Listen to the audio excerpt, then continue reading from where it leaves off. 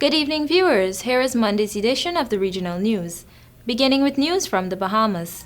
The Royal Bahamas Defense Force, RBDF, has apprehended a number of Haitian nationals who were attempting to enter the country illegally during an operation in waters near Matthew Tom in Inagua.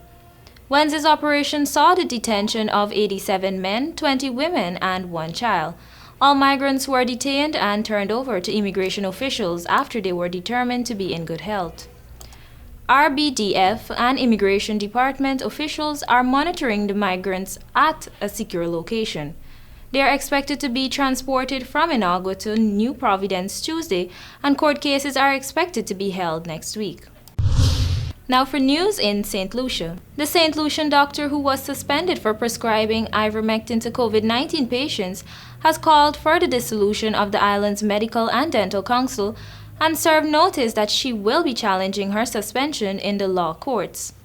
Dr. Gilberta St. Rose, in a statement issued on Thursday, said scrutiny must be given to possible infiltration and corruption of the council by powers that do not want anything to jeopardize the mass distribution of COVID-19 jabs and the impending releases of the 2 new oral anti-COVID drugs ready for rollout under emergency use authorization.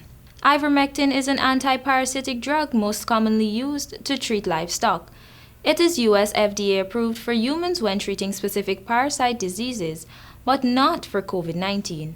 The World Health Organization says the current evidence on the use of ivermectin to treat COVID-19 patients is inconclusive.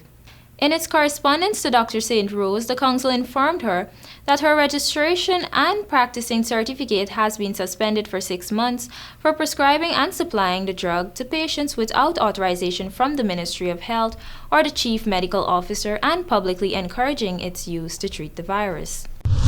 In Trinidad and Tobago, it's the second year of a pandemic Christmas when hundreds of families will be celebrating the season without loved ones because they died from COVID-19. Trinidad and Tobago has seen a significant surge in COVID-19 cases over the last 2 months. The strain on the nation's hospitals, mortuaries, and funeral agencies have been unprecedented. That visits a family home almost every hour, with statistics pointing to an average 23 deaths daily.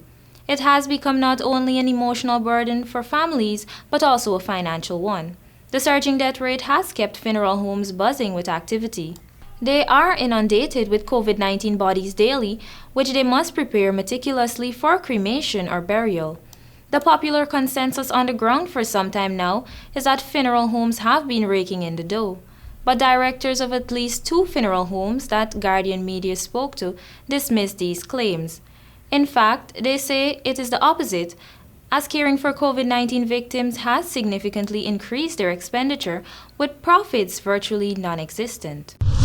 Finally, for news in the UK. At least 1 person has died in the United Kingdom after contracting the Omicron variant of the coronavirus. Prime Minister Boris Johnson said Monday, warning that the variant now accounted for 40% of infections in the British capital. Since the first Omicron cases were detected on November 27th in the United Kingdom, Johnson has imposed tougher restrictions, and on Sunday he urged people to get booster shots to prevent the health services from being overwhelmed. Visiting a vaccination center in London, Johnson congratulated those getting the shots and handed out stickers before telling reporters that a patient had died from Omicron, which he said could overcome those inoculated with 2 shots. And that concludes tonight's edition of the Regional News. I'm ALANA. Thank you for joining.